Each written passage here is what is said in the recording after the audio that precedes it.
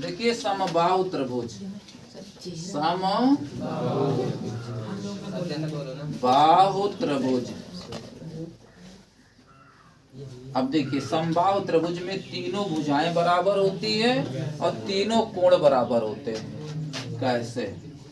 अब देखिए ये एक समबाहु त्रिभुज है, शीर्ष ABC, समबाहु त्रिभुज। तो समबाहु त्रिभुज में क्या होता है, ध्यान दो इधर, तीनों भुजाएं समान। अगर हम इस भुजा को A मान लिए तो ये भी A होगा, ये भी A होगा, ठीक है। और तीनों कोण बराबर होते हैं इसके, तो तीनों कोण बराबर का मतलब 60 डिग्री, 60 अंश 60। आया समझ में? अब देखिए, अब इसके शीर्ष से यदि लंब खींच दिया जाए, शीर्ष से लंब खींचा जाए 90 डिग्री पर, ये तो समबाहु त्रिभुज में जो शीर्ष लंब खींचा जाता है वह उसके सम्मुख भुजाओं को दो बराबर भागों में विभाजित कर देता है। एक पॉइंट ये, दूसरा पॉइंट ये, शीर्ष कोण को दो बराबर भागों में बांटता है। तो शीर्ष कोण 60 था, तो अब ये 30 हो गया, 30 और 30, ठीक है ना।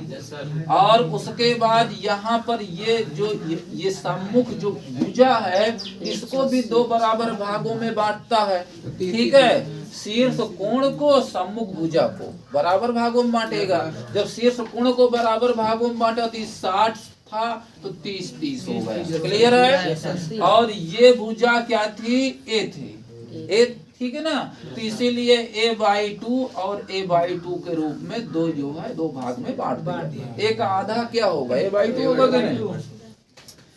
और इसका नाम हम रख दिए D।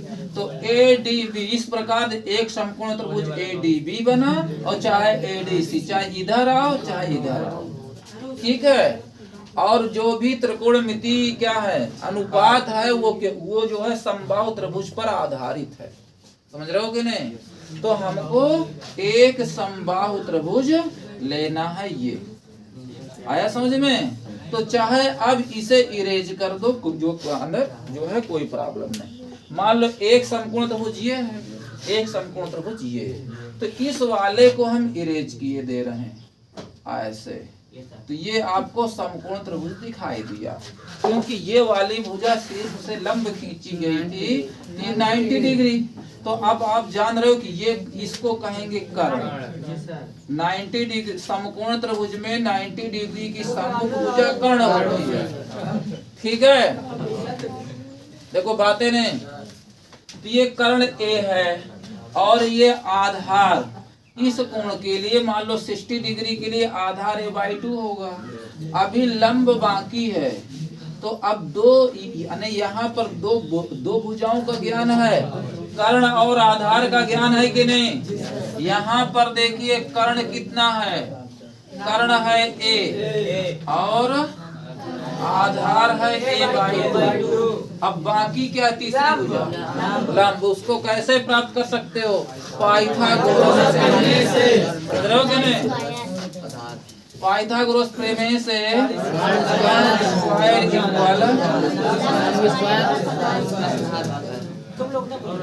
देखो शांति बनाइए, कर्ण स्क्वायर इक्वल लंब स्क्वायर प्लस आधार स्क्वायर। देखो जो पिछला वाला लेसन जो पढ़ा है वो इतना तो जान ही रहा है, ठीक है, कि समकोण त्रिभुज में ये दो भुजा का ज्ञान है, तो तीसरी भुजा कैसे प्राप्त कर सकते हो।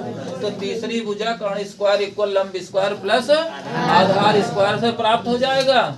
अब देखिए, अब यहाँ टारगेट है कि पहले ये लंब प्राप्त कर लिया जाए, समझ रहे हो कि नहीं।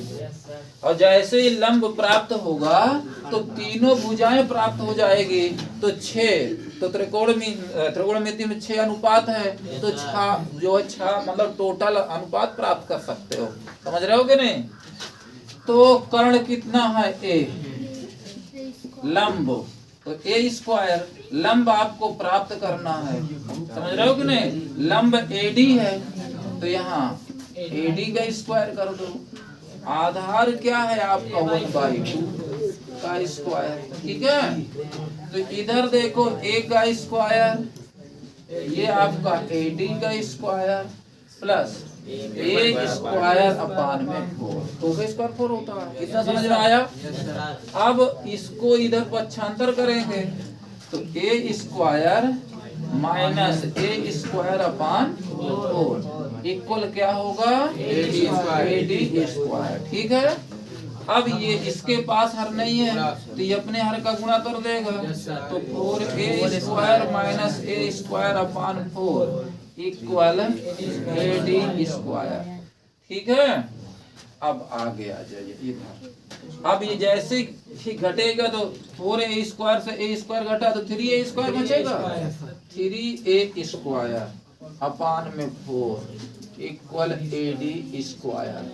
क्योंकि हमको AD प्राप्त करना है तो स्क्वायर इधर अंडर रूट हो जाएगा, AD बराबर under root 3A square by 4, तो AD। अब देखिए इससे A स्क्वायर है तो रूट से बाहर हो जाएगा, ये 4 है इससे बाहर 2 आ जाएगा, परंतु 3 रूट से बाहर नहीं आ पाएगा तो ये रूट में ही रह जाएगा।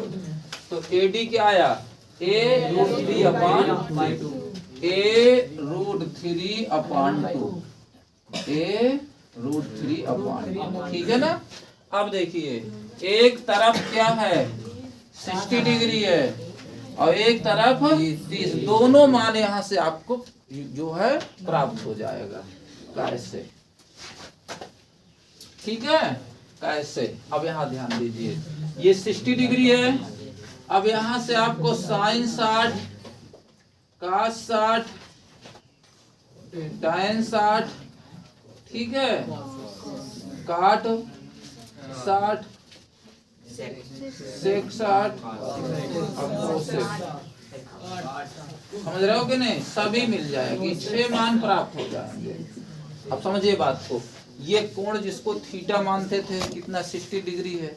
अब इसके लिए, इस कोण के लिए ये लंब होगा, क्योंकि जिस कोण के सापेक्ष पूछे उसकी सम्मुख भुजा लंब होती है, कर्ण पहले से फिक्स है, इसका मतलब ये आधार ये हुआ, ये होगा लंब किसके लिए? इस कोण के लिए, और ये होगा आधार। ठीक है। तो अब देखिए साइन 60, तो साइन का क्या होता है फार्मूला? हाँ, लंब बटा कर्ण। ठीक है। अब देखिए लंब 60 डिग्री के लिए लंब क्या है? A रूट 3 बाई 2, यही है कि नहीं? और बटा में कर्ण, कर्ण क्या है? A। तो अब देखिए ऐसे A होगा, इसका इसी के साथ गुणा होगा तो A हम यही लिखे दे रहे हैं, समझ रहे हो कि नहीं? A रूट 3 बाई 2 और बटा में कर्ण, तो बटा में कर्ण क्या है? A से A कैंसिल हो गया, क्या आया? हाँ, चाहे नीचे लिखते हैं रूट 3 बाई 2, किसका मान आया? साइन 60। सारणी में आप मान याद किए होंगे तो साइन 60 का मान यही होगा, रूट 3 बाई 2 ही होगा। आया समझ में? उसी प्रकार आप क्या है कास 60। अब कास के लिए देखिए, कास बराबर आधार बटा कर्ण। आधार कितना है? A बाई 2 है, A बाई 2, और क्या है? कर्ण क्या है? A है, तो ये A इसके बटा में आ जाएगा। आप ये ना सोचना कि इसके बटा A होगा तो ये इसका गुणा यही होगा, तो हम इसको डायरेक्ट लिखे दे रहे हैं। A से A कट गया, क्या आया? 1 बाई 2। ये किसका मान आया? cos 60। देखो साइन 60 रूट 3 बाई 2 होगा उसमें, और cos 60 क्या होगा? हाँ, 1 बाई 2 होगा। टोटल मान आप प्राप्त कर सकते हो। आप देखो हम यहाँ लिखे दे रहे हैं, सभी मानों के लिए हम इधर लिखे दे रहे हैं। ठीक है, साइन हो गया, cos हो गया, tan 60, tan का मान लंब बटा आधार। ठीक है। लंब कितना है? A root 3 by 2। ठीक है ना, ऐसे बाई में 2। और उसके बाद देखिए आधार कितना है? a upon 2, तो यहीं लिख दिया जाए, चाहे यहाँ लिखो और चाहे नीचे लिख दें, तो कहो यहीं लिख दें a upon 2, ऐसा होगा। 2 से 2 कैंसिल, a से a कैंसिल, कितना आया √3, tan 60 का मान √3 होगा, देख लेना उसमें है। अब देखिए काट का निकालना चाहो, काट 60, काट बराबर आधार बटा लंब, ठीक है। आधार, आधार कितना है a upon 2।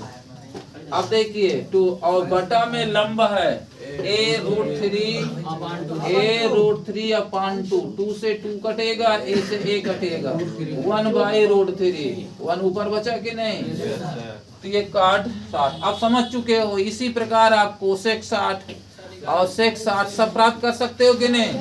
अब देखिए अब देखो 30 के लिए आ जाइए, ये 30 अंश, ये ठीक है। 30 अंश के लिए अब देखो, अब इसके लिए लंब और आधार चेंज हो जाएगा। ये कोण से सम्मुख भुजा, अब ये लंब होगा, जिस कोण के सापेक्ष पूछा ये लंब, अब इस अब 30 के लिए प्राप्त कर सकते हो। sin 30, cos 30, tan 30, ठीक है। 3 निकाले दे रहे, फिर उसी प्रकार आप प्राप्त कर लोगे। साइन लंब बटा कर्ण, लंब, लंब कितना है a/2 बटा कर्ण ये है केवल के, तो इससे ये कट गया, आया कितना 1/2, ये sin 30, cos 30, आधार बटा कर्ण। आधार कितना है 30 के लिए a√3/2 और कर्ण a है, a से a कैंसिल हुआ, √3/2, ये कितना आया cos 30। अब जैसे हमें tan 30 निकालना है, लंब बटा आधार। अब देखिए लंब 30 के लिए लंब a/2 और 30 के लिए आधार a√3/2, ये 2 से 2 कटा, a से a कटा, 1/√3। समझ रहे हो कि नहीं। तो इस प्रकार 30 और 60 का मान इस प्रकार प्राप्त किया गया था। रुका जाए वीडियो पर दबाओ।